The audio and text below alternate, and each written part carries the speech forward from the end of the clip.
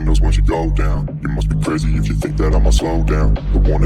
Hello friends, welcome back to my channel. இந்த சாம்பார் வந்து அரைச்சி விட்ட சாம்பார். இதுக்கு தேவையான பொருள் வந்து பார்த்திங்கனாக்கா, ஃபஸ்ட்டு பவுடர் போட்டுக்கிறது கடலப்பருப்பு, தனியா, மிளகு, சீரகம் இதெல்லாம் வந்து ஒரு எண்ணெயை விட்டு வறுத்துக்கணும். இது கூட கொஞ்சம் பெருங்காயமும் சேர்த்துக்கோங்க. நான் வந்து ஃபஸ்ட்டு வந்து கடாயில் எண்ணெய் விட்டுக்கிறேன். எண்ணெய் விட்டு கொஞ்சம் எண்ணெய் வந்து சூடாகணும். சூடான பிறகு தான் வந்து நீங்கள் வந்து இதெல்லாம் போட்டிங்கன்னா ஈஸியாக வந்து வறுத்துடலாம்.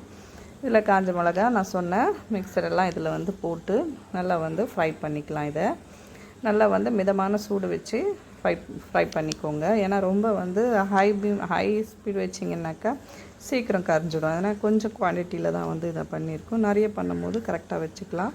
இது வந்து வறுத்து எடுத்தாச்சு. இப்போ வந்து மிக்சிக்குள்ளே போட்டுக்கலாம். நம்ம அது கூட வந்து இறங்கும் போது ஸ்டவ்வை கட் பண்ணிவிட்டு நம்ம வந்து தேங்காய் திருவலை வந்து இதில் சேர்த்துக்கலாம். அப்போ தான் வந்து கரிஞ்சிடாத இருக்கும்.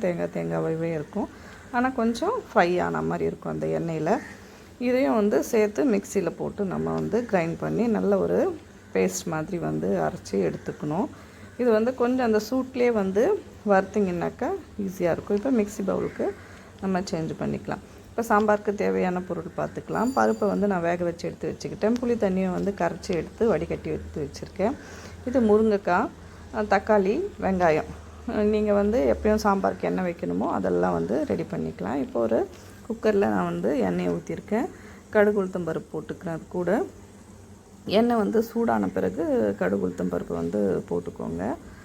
கடாய் வந்து நல்லா சூடாகணும். நான் இது குக்கர்லேயே பண்ணிடுறேன். நீங்கள் கடாயில் கூட வந்து வச்சுக்கலாம்.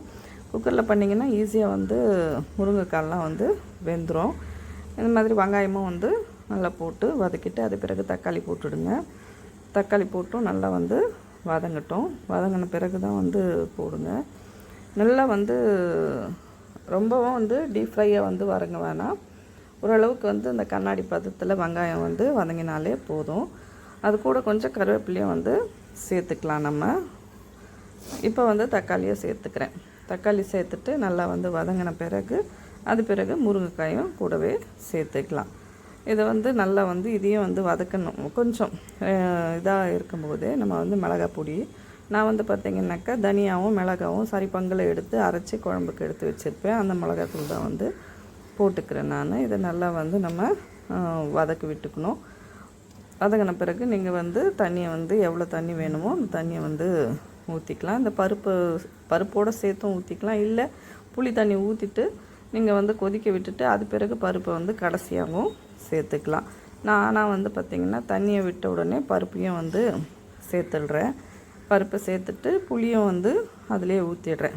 ஏன்னா ஊற்றிட்டு நம்ம வந்து ஒரு விசில் அப்படி போட்டிங்கனாலே முருங்கைக்காய் வந்து வெந்துடும்.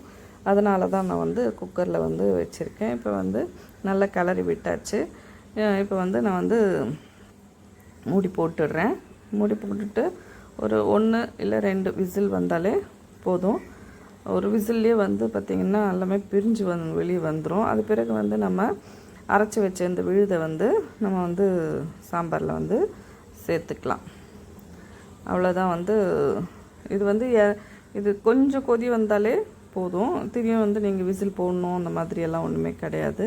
தேவையான வந்து உப்பும் வந்து சேர்த்துட்டு நீங்கள் வந்து இறக்கி விட்டுடலாம். கொஞ்சம் ஒரு 10 நிமிஷம் கொதி வந்தாலே போதுமானதாக இருக்கும்.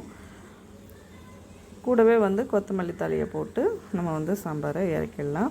இந்த மாதிரி குழம்பை வந்து நீங்களும் வந்து டேஸ்ட் பண்ணி பாருங்கள். இப்போ தான் கடைசியாக வந்து கொஞ்சம் டேஸ்ட் கம்மியாக இருந்ததுனால கொஞ்சம் உப்பும் சேர்த்துக்கிறேன் நான். இப்போ மிக்ஸ் பண்ணிட்டோம்னாக்கா குழம்பு ரெடி ஆகிடும். இந்த வீடியோ பிடிச்சிருந்தால் லைக் பண்ணுங்கள், ஷேர் பண்ணுங்கள், கமெண்ட் பண்ணுங்கள். மறக்காமல் சப்ஸ்கிரைப் பண்ணிக்கோங்க.